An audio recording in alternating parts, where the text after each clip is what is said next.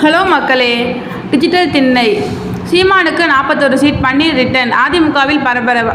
Wifi on செய்ததும் நாம் தமிழர் கட்சி தலைவர் சீமானின் பிரஸ் மீட் காட்சிகள் இன்பாக்ஸில் வந்து விழுந்தன. இவற்றை பார்த்து கொண்டே வாட்ஸ்அப் தனது மெசேஜ் டைப் செய்ய தொடங்கியது. அதிமுக வருகிற 2026 சட்டமன்ற தேர்தலை வலிமையோடு எதிர்கொள்ள வேண்டும் என்றால் அந்த கட்சியில் இருந்து நீக்கப்பட்ட பன்னீர்செல்வம், வைத்தியலிங்கம் உள்ளிட்டோரை கட்சியில் மீண்டும் இணைத்துக் கொள்ளலாம் என்ற விவாதம் கட்சி நிர்வாகிகளுக்கு உள்ளேயே நடைபெற்று வருகிறது. இந்நிலையில் விக்கிரவாண்டி இடைத்தேர்தலில் அதிமுகவின் ஓட்டுகள் அதிக அளவு பாமகவுக்கு செல்லும் என்று எதிர்பார்க்கப்பட்ட நிலையில் பாமகவை விட அதிமுக ஓட்டுகளை திமுக பெற்றிருப்பது களத்திலிருந்து தெரிய வருகிறது. இதனால் திமுகவுக்கு எதிரான சக்திகளை ஒருங்கிணைக்க வேண்டியதும் அதற்கு முன் அதிமுகவை ஒருங்கிணைக்க வேண்டியதும் அவசியம் என்ற குரல்கள் அந்த கட்சிக்குள்ளேயே எழுந்திருக்கின்றன. பன்னீர்செல்வம் அதிமுக ஒருங்கிணைப்பதற்காக சர்வவரி தியாகத்துக்கும் தாயாவரி இருப்பதாக தெரிவித்திருக்கிறார். அதாவது மீண்டும் தன்னை அதிமுகக்குள்ள சேர்த்து கொண்டால் போதும், தனக்கு முக்கியத்துவம் வாய்ந்த எந்த பதவியும் வேண்டாம் என்பதன் அவருடைய தூதாக இருக்கிறது. இந்த நிலையில் ஜூலை முதல் வாரத்தில் சேலம் எடப்பாடி பழனிசாமி இல்லத்தில் நடந்த ஆலோசனையில் 2026 சட்டமன்ற தேர்தலில் தென் மாவட்டங்களில் கட்சியை வலுப்படுத்தவும் கட்சி உடைந்திருக்கிறது என்ற வதந்திகளுக்கு முற்றுப்புள்ளி வைக்கவும் பன்னீர்செல்வத்தை ஏன் நாம் மீண்டும் இணைத்துக் கொள்ளக்கூடாது, அவருக்கு ஒரு கௌரவமான இடத்தை நாம் ஏன் தரக்கூடாது என்ற ஆலோசனைகள் எடப்பாடியிடமே முன்வைக்கப்பட்டிருந்தன.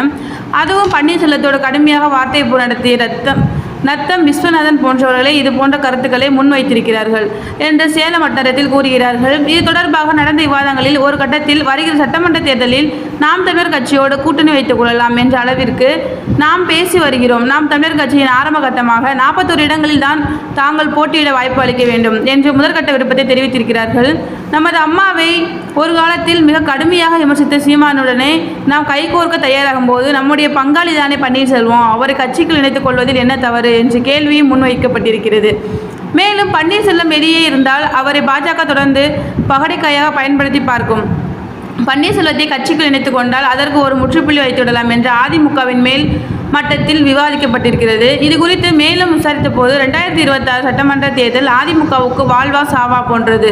திமுக எதிர்ப்பை வலிமையாக ஒருங்கிணைத்து அதற்கு தலைமை தாங்க வேண்டிய பொறுப்பு அதிமுகவுக்கு இருக்கிறது. அதை செய்ய தவறினால் பாஜக அதிமுகவை மேலும் மேலும் சின்ன பின்னமாக்கிவிடும்.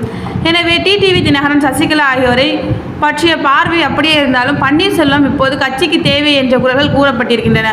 அதே நேரம் இப்போது வரை பன்னீர்செல்வம் தேர்தல் ஆணையத்திலும் நீதிமன்றத்திலும் தேர்தல் களத்திலும் அதிகாரப்பூர்வமாக அதிமுகவை எதிர்த்து வெளிப்படையாக வேலை செய்து கொண்டிருக்கிறார்.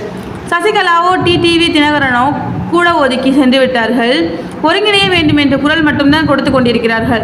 ஆனால் பன்னீர்செல்வம் தலைமை கழக விவகாரத்தில் இருந்து அதிமுகவின் இரட்டை இலை வேட்பாளரை எதிர்த்து களம் கண்டது வரை தொடர்ந்து எதிராகவே இருக்கின்றார்கள்.